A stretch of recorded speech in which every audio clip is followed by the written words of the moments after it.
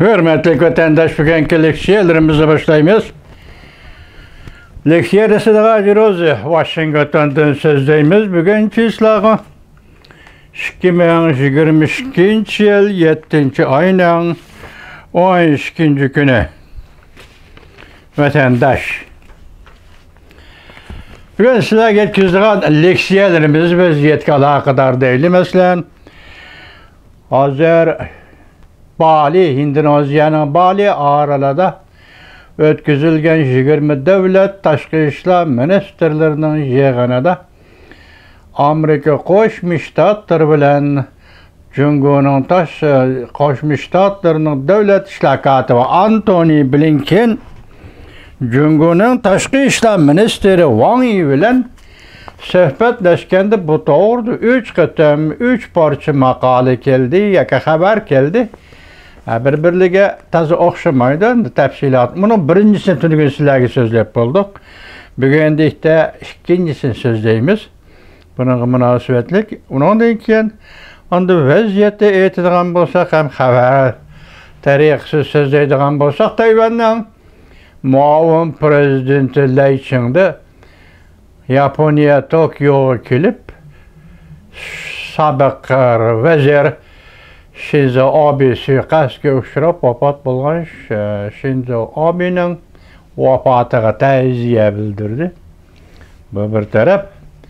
Ondan keyin hozir intayin nozik vaqt, yana nozik ish bu ajoyib kelyapti hisobda. Yaponiyaning navbatdagi parlamentidan 7 nafar kishi mushu 7 ayning oxirida Tayvan'ı ziyaret kıladigan haber. Muşularını bugün sizlerge leksiyasi qilib sözleyimiz. Endi hazır gepler 7. ayga toplanıp qelyapti, yig'ilib qelyapti. 7. ay içinde Cungo'da bir özgürüş boludu degan geplarni o'ttirg'i chiqyapti. Bu özgürüşning foydasi yoki ziyni to'g'risi hech qanday gap yo'q. Ishqilib bir taraftarok bo'lamdi qandaq degan ma'noda vatandaş. Hesapta hazır Cungo'da öy imaret ticareti tügeçti dep jakarıldı. Torbetleri mesela Ronyan'ın dünyaga nazari degen torbetede. Ondan keyin anda işkinci bulup hesapta bankalarning hali intayin xatar. Xönəndi yüzbege vakalarını köydünglar. Endi bugünlerden başlap bu işler en huy ölgüsü yetkildi. İşlemişindak. Leksiyamızda başlayalım vatandaşlar. Amerika Cungo söhbeti münasebetler ciddiliğini pasaytishga izdendi. Lekin devlet işler katibi Antony Blinken Beijing'e agahlandırış verdi.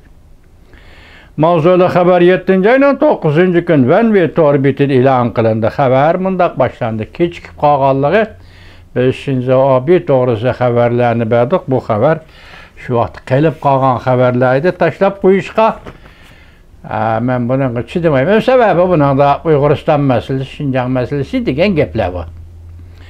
Amerika Qo'shma Shtatlar davlat ishlar katibi Antony Blinken Cungo'nun tashqi ishlar ministri Wang Yi bilan Indonezya Bali aralada suhbatlashdi.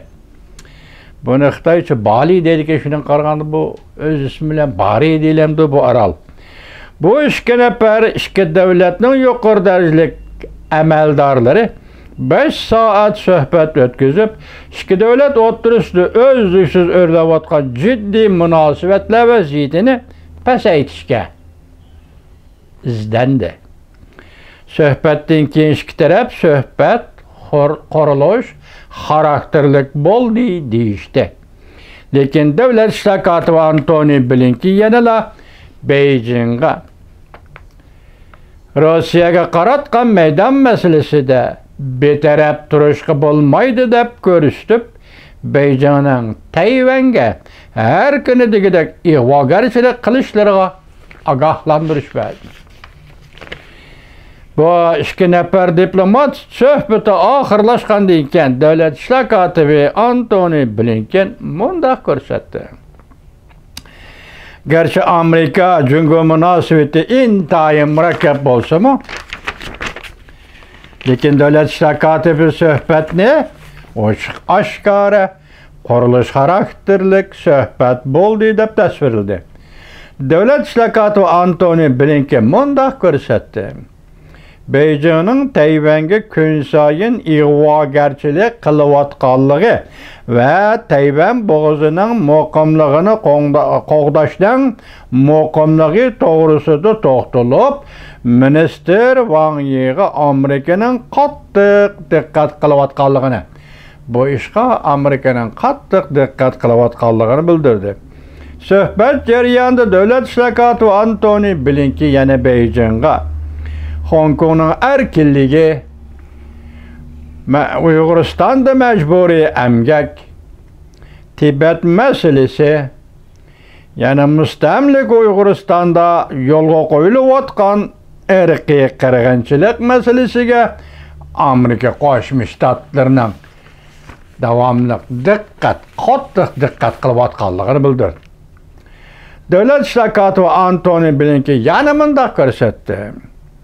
Amerika Jungo'ning Rossiya bilan oraliq saqlashini, Rossiyaning Ukrainaga tajovuzchilik qurishi qo'zg'alligini ayblashini talab qildi. Davlat ishlar katibi Antony Blinken mundaq ko'rsatdi. Men Jungo'ning tashqi ishlar ministri Wang Yiga Junxo Xalq Jumhuriyati bilan Rossiyaning ittifoqdoshlik munosabatlariga Amerikaning qattiq diqqat qiladiganligini bildirdi. Jungo'ning ministri Wang Yi Xinjiang meselesi, yani Uyg'uriston meselesi, Hong Kong meselesi, Dengiz okean üstü meselesi bo'yicha Amerika tarafini diqqat qildi. Bu suhbat jarayonida bo'lgan ishlar vatandoshlar.